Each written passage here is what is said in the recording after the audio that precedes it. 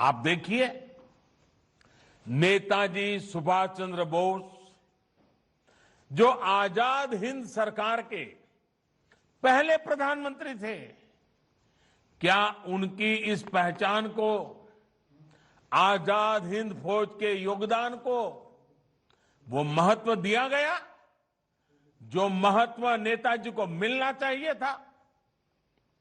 आज लाल किले से लेकर अंडमान निकोबार तक उनकी इस पहचान को हमने देश और दुनिया के सामने सशक्त किया है। देश की 500 से ज्यादा रियासतों को एक करने का कठिन कार्य करने वाले सरदार वल्लभ भाई पटेल जी के साथ क्या किया गया?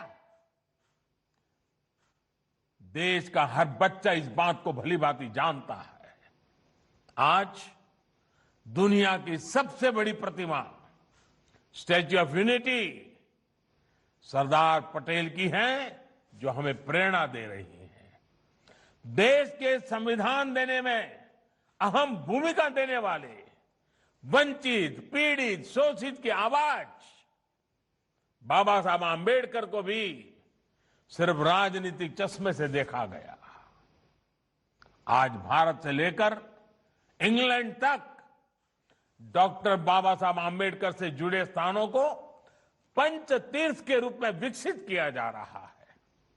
साथियों, भारत के ऐसे अनेकों सेनानी हैं जिनके योगदान को अनेक वजहों से मान नहीं दिया गया, पहचान नहीं दी गई। चौरी चौरा के वीरों के साथ जो हुआ वो क्या हम भूल सकते हैं? महाराजा सुहेलदेव और भारतीयता की रक्षा के लिए उनके प्रयासों के साथ भी यही व्यवहार किया गया। इतिहास की किताबों में भले ही महाराजा सुहेलदेव के शौर्य, पराक्रम, उनकी वीरता को वो स्थान नहीं मिला, लेकिन अवध और तराई से लेकर पूर्वांचल की लोक कथाओं में लोगों के हृदय में वो हमेशा हमेशा बने रहे। सिर्फ वीरता ही नहीं, एक संवेदनशील और विकासवादी शासक के रूप में उनकी छाप अमिट है।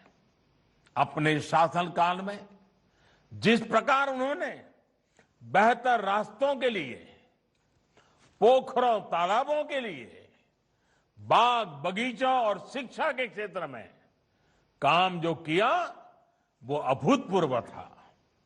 उनकी यही सोच इस स्मारक स्थली में भी दिखने वाली है। साथियों, पर्यटक महाराजा सुहेलदेव जी के जीवन से प्रेरित हो सके, इसके लिए उनकी 40 फीट की कांस्य प्रतिमा स्थापित होगी। यहां पर बनने वाले संग्रहालय में महाराजा सुहेलदेव से जुड़ी ऐतिहासिक जानकारियां होगी।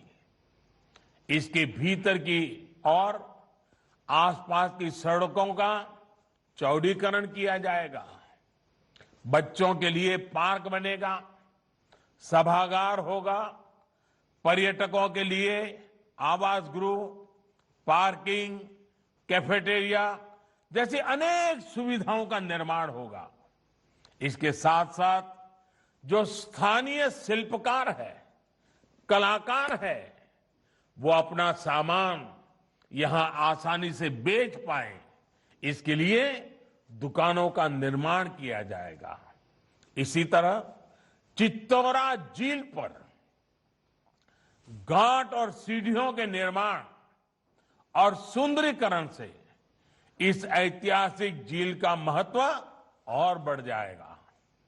ये सारे प्रयास बहराइच की सुंदरता ही नहीं, सिर्फ सुंदरता बढ़ाएंगे ऐसा नहीं, बल्कि यहां आने वाले पर्यटकों की संख्या में भी वृद्धि करेंगे। मरी मैया की कृपा से ये कार्य जल्द पूरे होंगे। भाइयों और बहनों, बीते कुछ सालों में देश भर में इतिहास, आस्था, अध्यात्म, संस्कृति से जुड़े जितने भी स्मारकों का निर्माण किया जा रहा है, उनका बहुत बड़ा लक्ष्य पर्यटन को बढ़ावा देने का भी है। उत्तर प्रदेश तो पर्यटन और तीर्थाटन दोनों के मामले में समृद्ध भी है और इसकी क्षमताएं भी अपार है। चाहे वह भगवान राम का जन्म स्थान हो या कृष्ण का वृंदावन हो, भगवान बुद्ध का सारनाथ हो या फिर काशी विश्वनाथ, संत कबीर का मगहर धाम या वाराणसी में संत रविदास की जन्मस्थली का आधुनिकीकरण, पूरे प्रदेश में बड़े पैमाने पर काम चल रहा है। इनके विकास के लिए भगवान राम, श्री कृष्ण और बुद्ध के जीवन से संबंधित स्थलों जैसे अयोध्या, चित्रकूट, मथुरा, वृंदावन, गोवर्धन, कुशीनगर, श्रावस्ती आदि तीर्थ स्थलों पर रामायण सर्किट, आध्यात्मिक सर्किट, बौद्ध सर्किट, ऐसे अनगिनत सर्किट, इसका विकास किया जा रहा है। भाइयों और बहनों, बीते कुछ वर्षों में जो प्रयास हुए हैं, उनका प्रभाव भी नजर आने लगा है। जिस राज्य में अन्य राज्यों से सबसे अधिक पर्यटक आते हैं, वो प्रदेश का नाम है उत्तर प्रदेश। विदेशी पर्यटकों को आकर्षित करने में भी यूपी देश के टॉप 3 राज्यों में आ चुका है। उत्तर प्रदेश में पर्यटकों के लिए जरूरी सुविधाओं के साथ साथ आधुनिक कनेक्टिविटी के साधन भी बढ़ाए जा रहे हैं। भविष्य में अयोध्या का एयरपोर्ट और कुशीनगर का इंटरनेशनल एयरपोर्ट देश विदेशी टूरिस्टों के लिए बहुत उपयोगी साबित होगा। उत्तर प्रदेश में छोटे बड़े दर्जन भर एयरपोर्ट्स पर काम चल रहा है, जिसमें से कई पूर्वांचल में ही है। उड़ान योजना के तहत यूपी के अनेक शहरों उनका काम कीमत वाली हवाई सेवा से जोड़ने का अभियान चल रहा है, कम कीमत से। इसके अलावा Purvanchal expressway, Bundelkhand expressway, Ganga expressway, Gorakhpur link expressway, Ballia link expressway, ऐसी आधुनिक और चौड़ी सड़कें पूरे यूपी में बनाई जा रही हैं। और ये तो एक तरह से आधुनिक यूपी के आधुनिक इंफ्रास्ट्रक्चर की शुरुआत है। एयर और रोड कनेक्टिविटी के अलावा यूपी को रेल कनेक्टिविटी भी आज आधुनिक हो रही है। यूपी 2 बड़े डेडिकेटेड फ्रेट कॉरिडोर का जंक्शन है। हाल ही में ही ईस्टर्न डेडिकेटेड फ्रेट कॉरिडोर के एक बड़े हिस्से का लोकार्पण यूपी में ही किया गया है। यूपी में जिस प्रकार आज आधुनिक इंफ्रास्ट्रक्चर पर काम चल रहा है, उससे उत्तर प्रदेश में उद्योग लगाने के लिए देश और दुनिया के निवेशक प्रोत्साहित है। इससे यहां नए उद्योगों के लिए तो बेहतर अवसर बन ही रहे हैं, यहां के युवाओं को रोजगार के नए अवसर भी उपलब्ध हो रहे हैं। साथियों, कोरोना काल में जिस प्रकार से उत्तर प्रदेश से काम हुआ है, वो बहुत ही महत्वपूर्ण है। कल्पना करिए, अगर यूपी में हालत बिगड़ते तो राष्ट्रीय अंतर्राष्ट्रीय स्तर पर किस तरह की बातें की जाती। लेकिन योगी जी की सरकार ने, योगी जी की पूरी टीम ने बेहतरीन तरीके से स्थिति को संभाल करके दिखा दिया।